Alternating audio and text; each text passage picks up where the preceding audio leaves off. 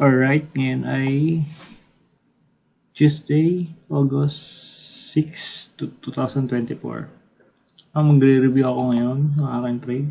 Ngayon nasa isang trade ako habang nagre-trade.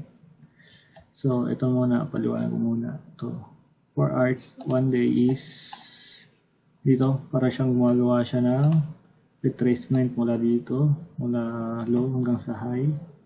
Ayan, nagkakaroon siya ng parang retracement dito.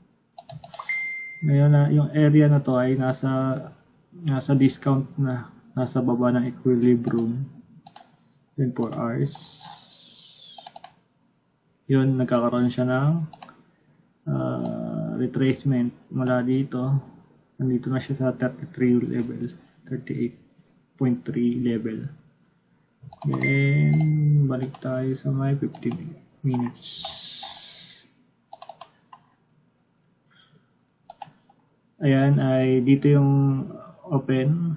Ito yung Asian session. Ito yung London session. Nakita niyo dito, nagkaroon na siya ng high dito sa session, sa Asian session. Tapos low. Nakakuha ng high. Ngayon, nagkaroon ako ng trade dito mula dito sa bandang dito. Tignan ko. Saan ba yung area na to? Ayan, nakikita nyo, negative 20 20 binabahan ko yung aking leverage. Ito ay 0.933 933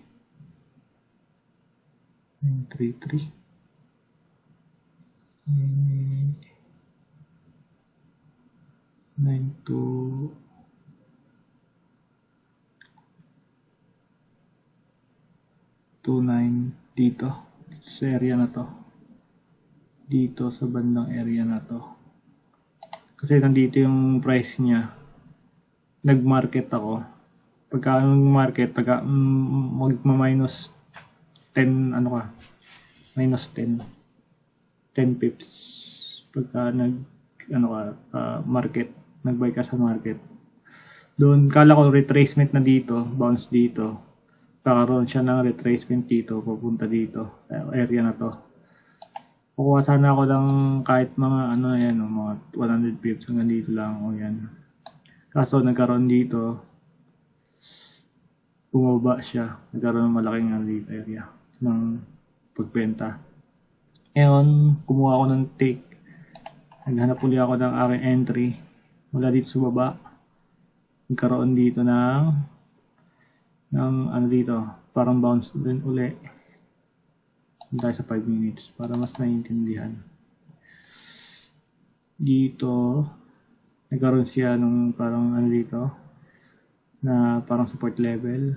Ngayon dito ako nakapasok sa may dito sa area na to.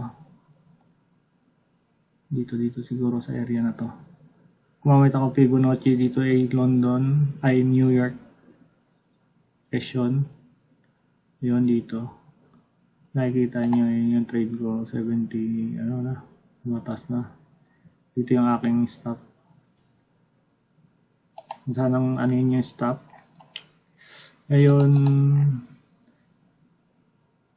kung naisip ko lang, ngayon ko lang naisip, pwede pala mag-entry sa may London open, London close dito sa area na to. Bale, mula dito sa high dito, sa high ng London, sa baba dito sa low ng London, pagka ganito yung price niya. Dito, nagkakaroon ng retracement, nagkaroon dito ng high and low. Ngayon nagkakaroon siya ng retracement. Ito OTE, pwedeng pumasok dito. Sell sana to. Meron sana akong, pagka dito ako naka-sell, ay 130, 189. Kita na yun, okay na, pwede na. Pero ngayon, tingnan natin. Ito yung trade ko. Pag tinamaan, di bukas na ulit ako. Anong oras na? Patapos pa yung New York at against the tide ako. Yun lang.